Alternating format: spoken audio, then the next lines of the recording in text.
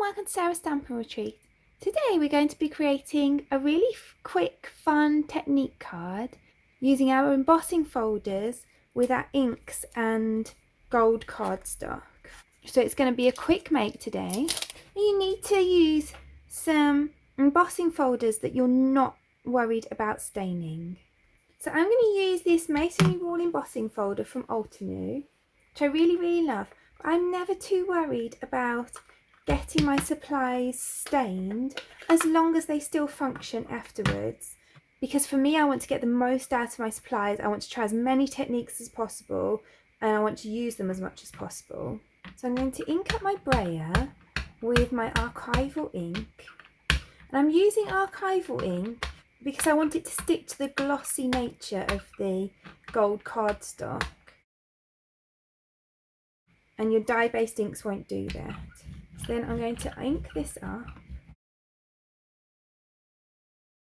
and then I'm going to pop it through my die cutting machine with this gold piece of cardstock. Now you can see we've got this beautifully embossed panel, and we've got that nice black transfer to the background. You can see I've given this a wipe off screen just with my normal kind of spray that I spray my furniture with. I'm going to give it a go with this Ranger Archival ink cleaner as well. I'm just going to go over this with that. And you can see that that's actually worked pretty well. It's hardly stained at all now. Maybe slightly greyer than it was, but really I don't think you'd really notice the difference. Then I've got this happy birthday that I've hot foiled using this Happy Birthday Wishes foil set from Alex Siberia Designs.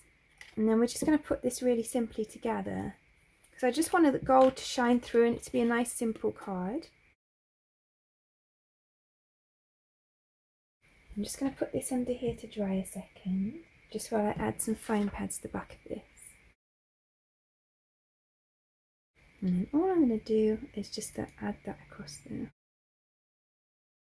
So then I'm just going to add on these gems. These are some of the fashion gold ones from Spellbinders. And that just finishes it off.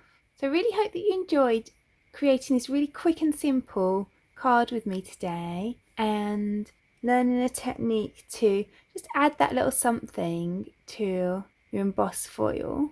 If you enjoyed today's video, I'd really appreciate you clicking like below, and you can also press subscribe if you'd like to see future videos.